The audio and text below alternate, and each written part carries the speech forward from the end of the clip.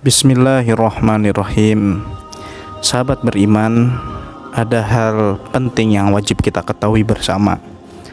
Ada beberapa dosa maksiat yang balasannya akan disegerakan di dunia oleh Allah Subhanahu wa ta'ala, dan itu pasti terjadi 100% sesuai dengan janji Allah dalam firman-Nya dan hadis Rasulullah Shallallahu Alaihi Wasallam. Lalu dosa atau kemaksiatan apa sajakah itu sehingga Allah sampai membalasnya di dunia?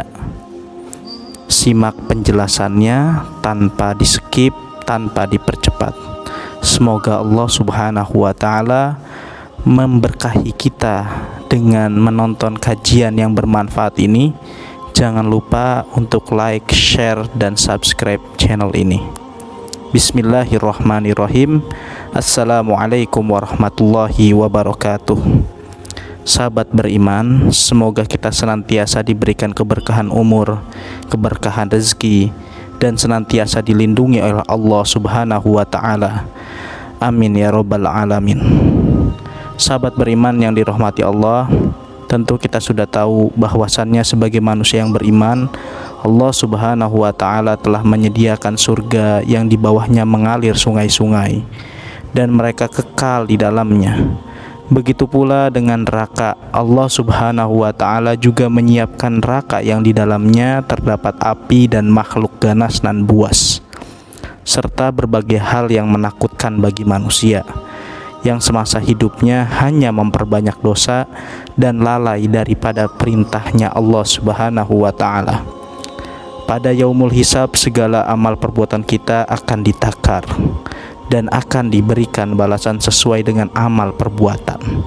Kebaikan sekecil apapun pasti kita akan mendapatkan balasannya, dan kemaksiatan sekecil apapun pula kita juga akan mendapatkan balasannya. Akan tetapi saudaraku, ada beberapa maksiat yang balasannya akan disegerakan di dunia oleh Allah Subhanahu wa ta'ala. Lalu dosa apa, kemaksiatan apa sajakah itu? Yang pertama adalah durhaka kepada orang tua. Ini sudah tidak bisa dipungkiri lagi bahwasannya Allah Subhanahu wa ta'ala memberikan hak atas kedua orang tua kita untuk dihormati. Karena kita semua tahu kemurkaan Allah juga bergantung pada murkanya orang tua. Rasulullah Shallallahu Alaihi Wasallam pernah bersabda, ada dua pintu amalan yang disegerakan balasannya di dunia, yaitu kezaliman dan durhaka kepada orang tua. Hadis riwayat Al-Hakim. Balasan atas dosa kita kepada orang tua akan semakin disegerakan manakala orang tua yang kita zalimi mengadu kepada Allah Subhanahu wa ta'ala. Dan kita semua juga tahu doa yang mustajab tersebut akan menembus langit ketujuh, diamini oleh semua malaikat, sehingga Allah pun mengabulkannya. Rasulullah Shallallahu Alaihi Wasallam bersabda, ada 3 doa yang tidak tertolak, yakni doa orang tua, doa orang yang berpuasa, dan doa orang yang terzalimi. Hadis riwayat Baihaqi. Untuk itu saya sarankan kepada saudaraku semuanya, sebisa mungkin bahagiakanlah orang tua kita menurut bingkai Islam, dan yang terpenting adalah tidak membebani diri dan keluarga. Lalu teruslah untuk menjalin keharmonisan dengan kedua orang tua kita, seperti mendengar perkataannya, mengikuti sarannya, dan selalu mendoakan serta menyayangi kedua orang tua kita. Insya Allah dengan begitu kita akan mendapatkan ridhonya. Berikut ridho Allah Subhanahu wa ta'ala. Lalu yang kedua, berzina. Berzina adalah perbuatan yang bisa dirasakan langsung balasannya di dunia oleh para pelakunya. Karena berzina merupakan dosa yang amat besar, yang Allah Subhanahu wa ta'ala membenci perbuatan tersebut. Ingatlah, Allah akan melaknat setiap langkah dari pelaku perzinahan yang dengan sengaja dilakukannya. Karena ada zina yang tanpa sengaja bisa kita lakukan, Contohnya adalah zina mata. Akan tetapi saya tidak akan membahas zina mata lebih luas lagi, dan kita akan lebih berfokus pada zina besar, zina akbar, yakni melakukan hubungan suami istri yang tidak sah, baik yang muhson ataupun ghair muhson, baik yang sudah menikah ataupun yang belum menikah, secara hukum maupun agama. Lalu apa balasannya di dunia? Ingatlah, ketika anak Adam berzina, Allah Subhanahu wa ta'ala akan menutup setiap pintu rezeki bagi mereka yang terus melakukan zina dan tidak segera bertaubat. Mungkin memang tidak seketika itu Allah Subhanahu wa ta'ala menutup pintu rezeki dari seseorang yang berzina. Akan tetapi Allah Subhanahu wa ta'ala akan memberikan azab yang tidak bisa dirasakan langsung atau tanpa disadari bagi para pelaku berzina.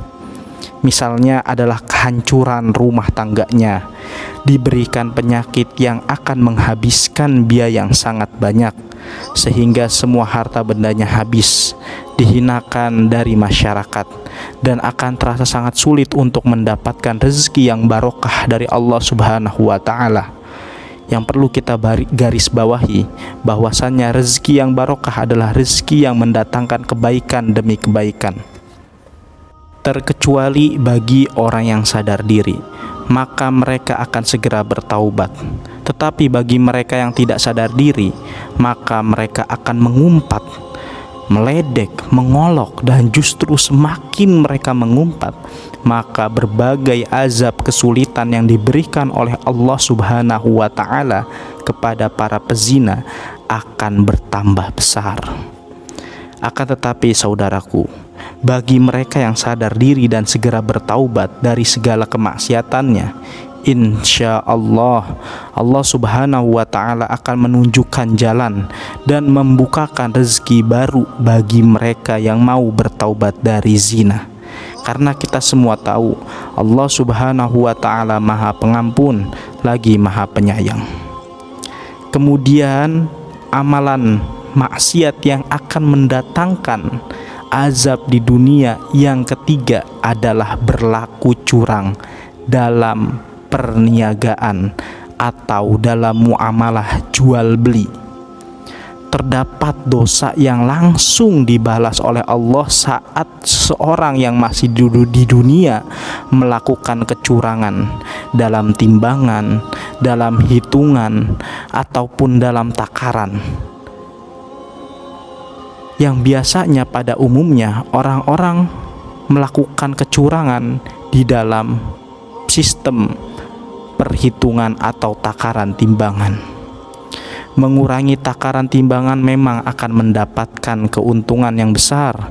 Kecurangan, kelicikan dalam muamalah memang akan menjanjikan keuntungan yang besar. Akan tetapi tanpa kita sadari, perbuatan tersebut akan mendapatkan balasan secara langsung dari Allah Subhanahu wa ta'ala di dunia. Balasan yang diterima oleh para pelaku pedagang yang curang ini adalah kesulitan mendapatkan keberkahan dari apa yang diniagakan, kesengsaraan yang berkepanjangan, ketidakbahagiaan hidup dalam keluarganya, rejeki yang semakin hari semakin sulit didapat, semakin berkurangnya pembeli, dan berbagai masalah dalam kehidupannya, serta akan dizolimi oleh sesama pedagang. Barang dagangannya sulit untuk laku dan tidak ada keberkahan, dan masih banyak yang lainnya.